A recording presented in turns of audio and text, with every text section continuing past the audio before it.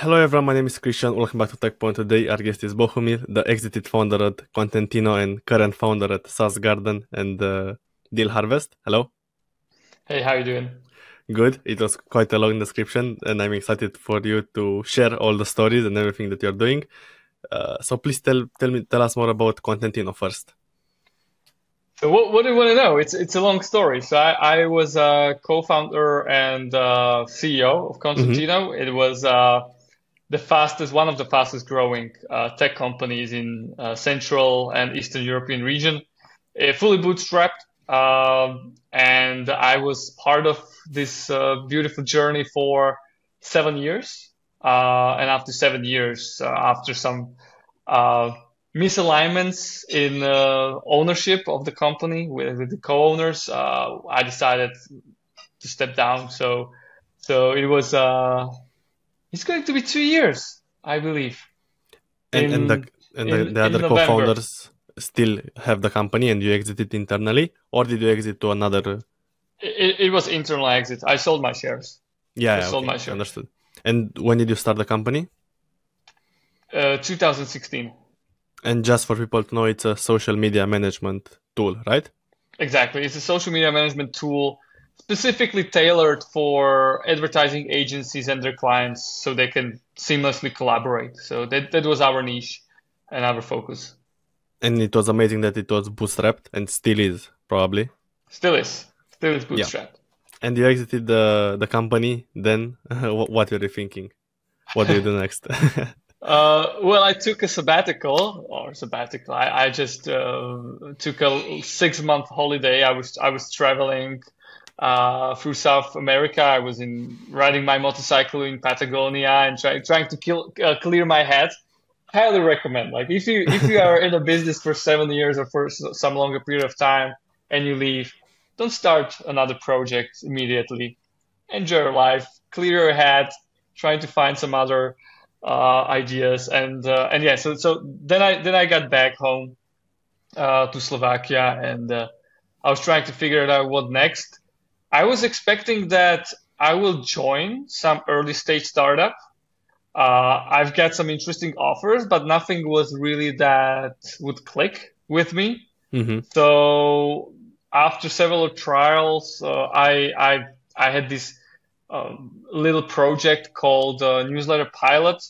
I was just trying to test on this project some of my methodologies, some of the go-to-market strategies. Uh, it was not generating and growing as I was hoping for, so I sold it within like 6 month period. Okay. It was a very quick flip, micro acquisition, and basically I got all my investments back. So, which is good Yeah. because I learned a lot. And then I met Ivan Homola. He is great indie hacker, indie maker. He had several SaaS businesses, but he's the kind of software business developer who is very good in these early stages. So he can come up with the ideas, ship the product fast, get it into couple thousands of MRR, and then flip it in Yeah. micro acquisition. That's his kind of style. So we team up together and we decided that we should start a studio because I'm good in these later stages. Like once there's a product market fit, I can scale it. And so we decided we have many ideas. We have a great talent in the area. So let's bring the talent together. Let's find these young entrepreneurs and let's build a studio where these young entrepreneurs will be the show, Yes. will be the stars, and we will be helping them behind the curtains. Of course, getting our hands dirty, but we wanted to have a studio where these young talents can actually they don't have to have even ideas. We have plenty of ideas, so we just match them with a certain project, and then they start the grinding. Only the Uh, drive. They need only the drive, right? exactly, they need the drive, they need the motivation, and as a matter of fact, it's a kind of I'm kind of replicating the story of mine because I was not the idea. I didn't have the idea of Contentino. It was not my idea. So I've got involved later on when they have like three clients.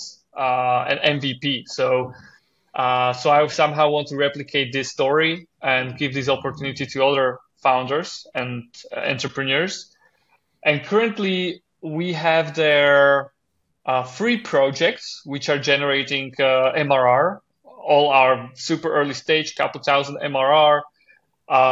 We actually had a very successful lifetime deal for one of the projects, and it kind of we started the wheel started to spin after this. So we see the growth in MRR generation. So yeah, we are mainly focusing on marketing and sales tools. That's our kind of cup of tea. And how many people are at SaaS Garden? It's not official, but yeah, in big lines. 1, 2. There are 3 founders right now, and there are 3, 2 founders, 1 potential founder, and we outsource some parts of it to our friends, freelancers, when it comes to some kind of specialized work or specialized tasks. But we want these founders to really do every single possible task they can. So from doing the sales, doing the customer support, doing the user interviews to get a feedback on the product, setting up the pay-per-click campaigns if there are any, trying to build some partnerships, like really the pure early stage hustle. So they can have touch and feel of every single area they can. Founders are also technical, or they have to be more related on the business side? We have more technical founders. They can code. Right. There's one potential founder who is non-technical, which is interesting because I was thinking that there will be more non-technical founders, but it turns out that there's more technical founders who wants to gain this business skill set. Right. And how do you help them? I guess it has to be a project that really generates revenue and not get external funding in the first couple of months. That's right. And that's our mission and vision, that we want to build bootstraps. We don't want to have any external funding. And yes, maybe there will be a situation when we decide okay, that's a good deal. We have a very good growth. It has a potential for a big exit, right? Yeah. Then we will maybe discussing okay, this has a potential to be a VC fundable project. But our main idea is to build profitable bootstrap and build the ecosystem which is self-sustainable. Well, how they can find us? Just go to saasgarden.studio or write me on LinkedIn. But we are sourcing these entrepreneurs through events we make.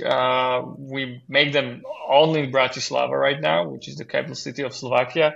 Yes. We might have couple events. We might be going to Prague and Vienna, and it's a great source of talent. We call these events Fresh or Trash, and basically we roast ideas. So anyone can come with a business idea, and we roast them. And this is 95% of those ideas are not feasible. Yes. Or but at least you see there this young potential, and you can cherry pick them and then approach them hey, we see a potential in you.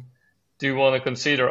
And many of them actually they want to become a part of SaaS Garden. So most of all these folks, what we have right now, they came to us and said guys, we want to work with you. What can I do to be part of it? So yeah, that's nice. How usually they can find us. What's the vision for SaaS Garden?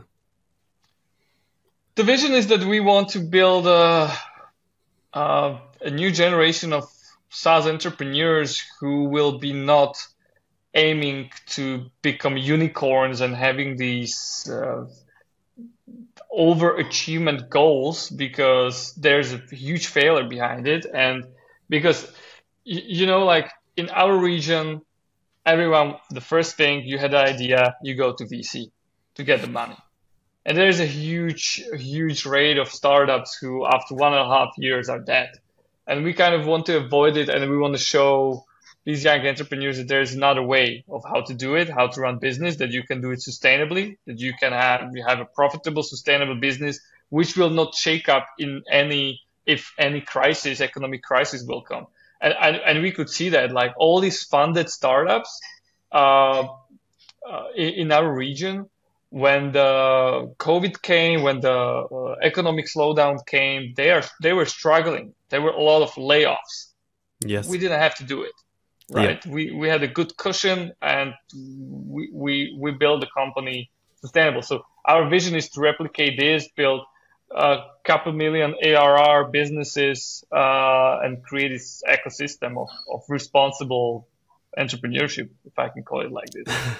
That's amazing. We need to push this mission to more people and to make it in the whole European Union. And I love your mission.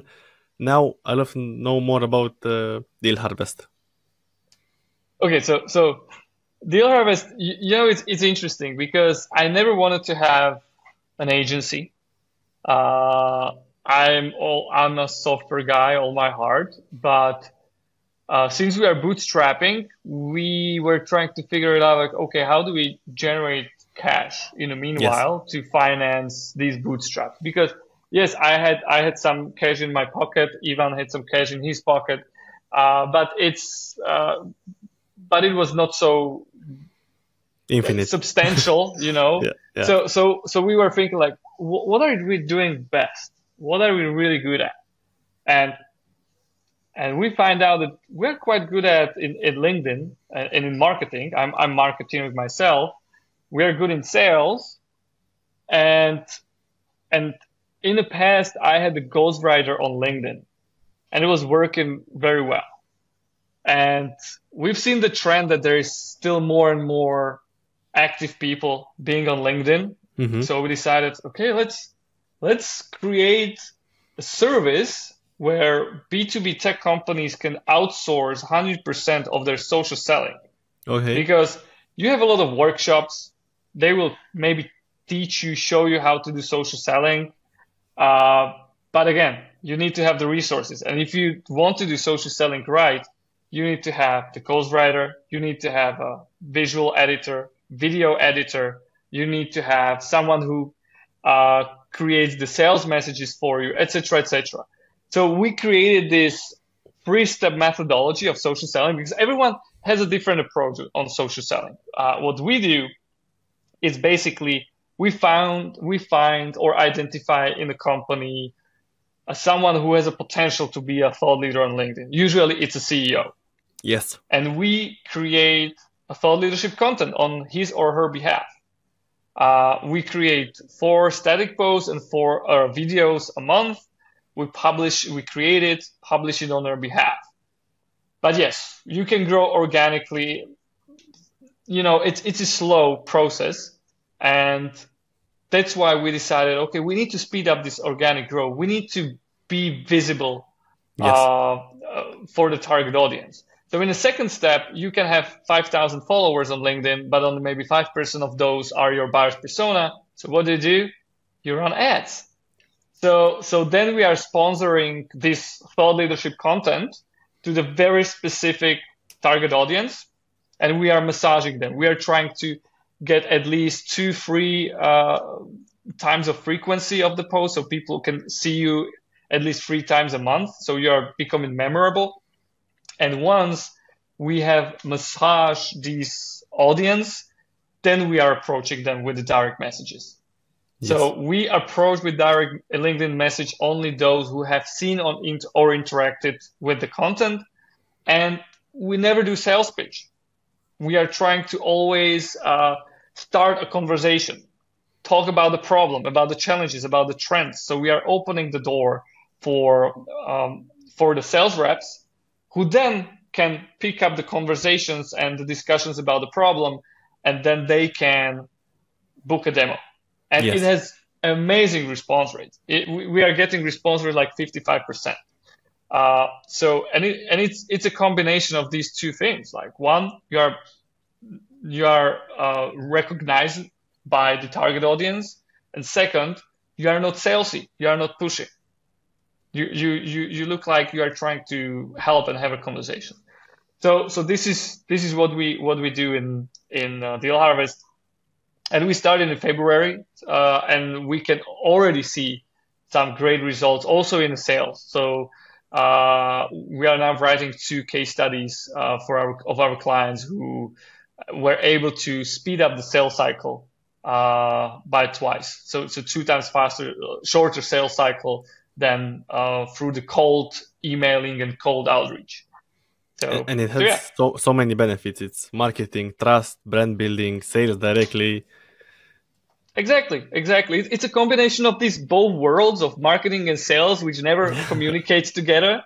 Yeah. And it's a combination of these two. And now we can see like when these two worlds are collaborating, because it's a one methodology, it brings you great results. Absolutely. And what do you recommend to somebody that's starting in social selling? Well, I have one thing that be careful about Facebookization and engagement bites. Meaning, like, we can see that many of these thought leaders who are trying to become a thought leaders are writing very general topics or ideas or opinions about general stuff, which are very interesting for a wide audience, but it doesn't tell you anything about your expertise and your business. Yes. You get a lot of engagement, a lot of reactions, a lot of comments, but it's not making you a subject matter expert. And we could actually see that the content who is getting high engagements are usually these generic topics like experiences of the CEO, how I had to hire these many people, like more behind the scenes stuff. But the content which is making actually the conversion at the end are the topics with the low engagement because it's relevant only to the specific audience. And so be careful about that. Don't get into this dopamine craziness when you see a lot of likes and then you think that, okay, this kind of content performs very well. Take a look at what kind of people are commenting or liking the content and compare these two groups. So yeah, that's one thing. Like, don't get into this Facebookization of LinkedIn. Second thing, plan ahead. Like, you need to be structured. You need to be consistent. And this is what everyone is failing apart. Myself as well. I'm trying to do. Not all my posts are being ghostwrited. I try to do my own posts as well. But yeah, it's very hard to be consistent. You need to plan ahead. You need to have some kind of process. Like, this is a good idea on the content. This is a great idea on the content. Let's write it down very quickly so that I don't forget, and dedicate a couple hours a week to plan it ahead.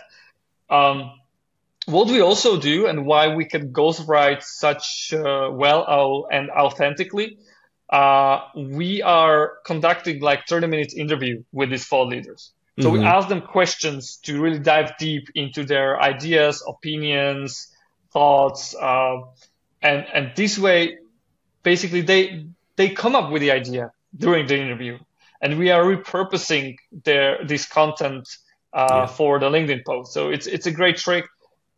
We do it as well. Like, I'm being interviewed by my partner, and this way I could oh yeah, this is actually what I experienced. So this is a nice trick. What we do. What else? From the founder side, the only effort is these monthly interviews, right? Yes. Apart from that, everything is done for you. Exactly. That's another value we bring to our clients, that we are trying to take away as much work as possible when it comes to social selling, and we calculated that it takes cumulatively 2 hours a month, 30 minutes for the CEO, for the thought leader to do this interview, and 1.5 hours to the marketing team to approve the content, go through the report, like how the campaigns were performing, and then what we started to do, we also have 15-minute meetings every week with SDR or the sales reps to go through the leads and optimize the outreach as well, and optimize the content as well, because they are in touch with these prospects. They are having conversations with them. So we are also aligning the messages together with the sales reps. And also what we do, and this is another advice. I've seen that many B2B businesses is not so common in SaaS. It shouldn't be, but a lot of B2B tech businesses, they don't have positioning at all. And it's very hard to do social selling if you are trying to serve everyone. Yes. And we had, most recently, we got 2 new clients who are software houses, no code agency and the software house. And it's very hard for them to do social selling if you don't find your niche, if you don't do positioning properly, because then you are like anyone else. And it applies to not only to social selling, but marketing in general. So before you start social selling, make sure that you have very niche audience, you have very niche value proposition. So you are being subject matter expert in one specific area. Because if you are saying that you are software development house who can do everything, or you are SaaS solving everything to everyone, I mean, this is a rookie mistake, but still many businesses are doing this. For you, what would be the ICP? For us? Yes. The ICP is a B2B tech company. It can be SaaS or service. Okay. Which is having annual contract value over 10,000 euros.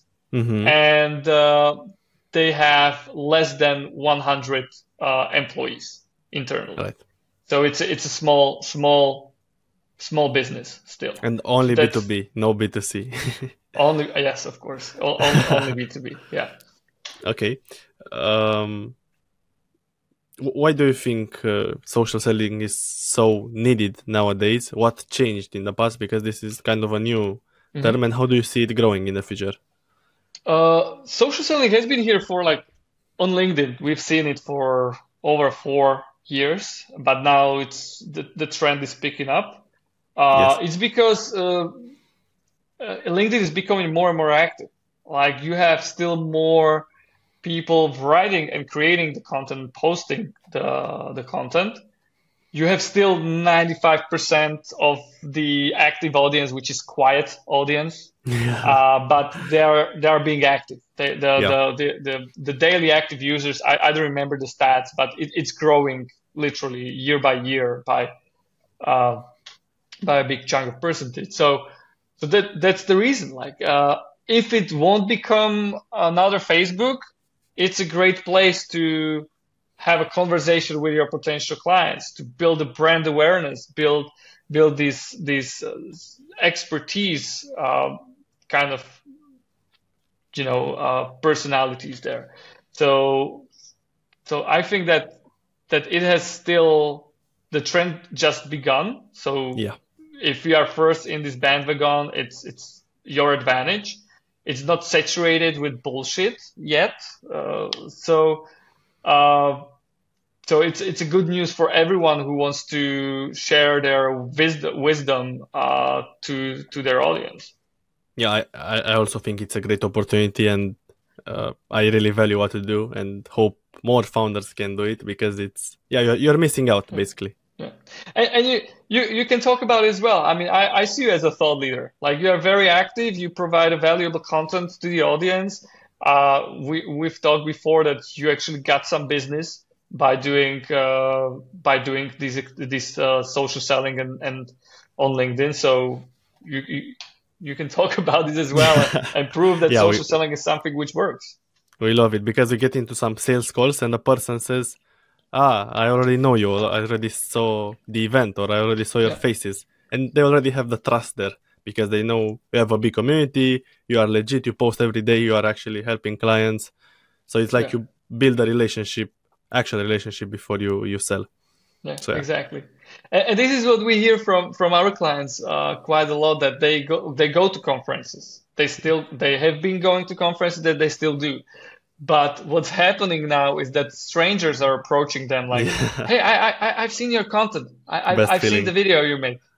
It's a dopamine you should get. Yeah. That's a dopamine you should get. Yeah. I love that.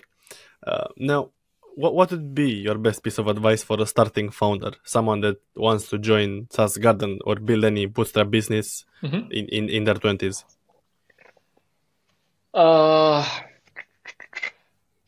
Ship the product fast and get it to the customers as fast as possible. It's old advice. It's nothing new, but still many founders are forgetting about it. You need to. We have a mantra: sell before you have the product ready. Yes. Like if you have like we have one founder who came with his idea. He's this AI website builder or website generator. Of course, the website builder is not fully 100% automated. He needs to do there a lot of manual work, but he's getting there and he's getting his clients. The first phase of his project was that he was building 80% of those websites for them. Now he builds like maybe 30% of the websites, but he got there, and he's seen that, okay, people are willing to pay for this. There is a potential, right? But then you see founders who are building their products in their caves and no one have seen it for 6 months. Exactly. They never got a feedback on it. You need to talk to your customers, hundreds of customers, listen to them. Don't be biased. Don't fall in love with the product. Fall in love with the problem. That's also old saying. So yeah, this is the most common mistake. There has been books written about this, but still many makes this mistake. Thank you so much for this. I appreciate it. Do you have a favorite SaaS tool that you use? I love Miro. Mm-hmm. Miro is a great tool. Calendly, the story is amazing. I'm using Calendly a lot. What else? Yeah, these two are quite very handy tools. I love the story of Basecamp. It's also Bootstrap. I love the story of Agorapools, Emeric. Yes. I have been talking with him a few weeks ago. It's a great story. I think that it's the biggest bootstrapped SaaS, or am I mistaken? Do they still hold probably. this? Okay, so yeah, that's a very interesting story. Even though they were competitors to Constantino, but yeah, I'm a big fan of Emeric. Direct competitors? A few years ago, yes. A few years ago we were direct. Now I don't think that we are direct competitors. So they went up. They went up market. We stayed in a small market and mid market. And how did you start your career after college or high school? What is the story? That's a good question. A lot of failed startups and projects. I was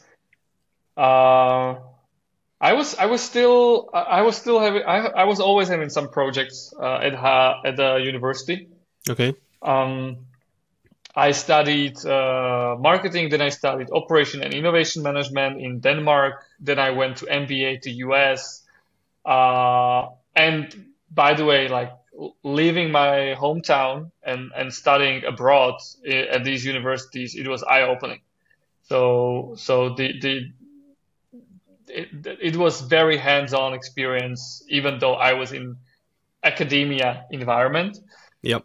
And I had to leave US after my studies. I was working in this innovation center when we were helping to commercialize some technical ideas, which were being launched at the university ground. And then I had to get back to Slovakia, and Constantino was my first venture when I got back. So that's my whole career when it comes to starting something after university. But during university times, a lot of fails, and that's good. Absolutely. Fail. Yeah. I think I have one last question about AI. How do you see AI nowadays in SaaS?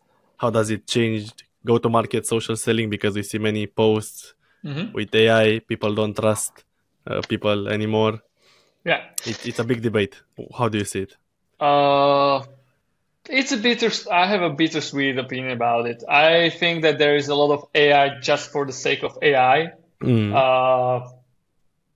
if you don't have a proper use of AI, you should avoid it. Like it's unnecessary. I can see that there's a lot of tools for LinkedIn who are, or even for Quora or other social media sites where you have these AI writers. That you can see the comments written by AI. You can spot that it's written by AI. Absolutely. This is the biggest problem with AI. It looks good. Yes. It's properly written. Yes. And you can feel it. Like, okay, this Yeah. was written by AI. I'm getting a lot of cold messages on my LinkedIn, and I can spot like this is automated. This is AI because I you know how they A pattern. use it. It's a pattern. You Yeah. can Yeah. literally spot it. So this is the big problem. But AI has a lot of potential. I'm a fan of it. I'm looking forward where it's heading. But I feel that there's a lot of tools which are AI just because AI is trend. They are trying to put AI everywhere they can, and it's useless in Yeah, many cases. totally agree. Yeah. I guess those are my main question for the episode. If you have anything else that you want to talk about or share, No, I think that we've covered everything. It was pleasure, Christian. Hope to see you in SaaS Dublin. of course. Or in Nathan's SaaS Open in New York.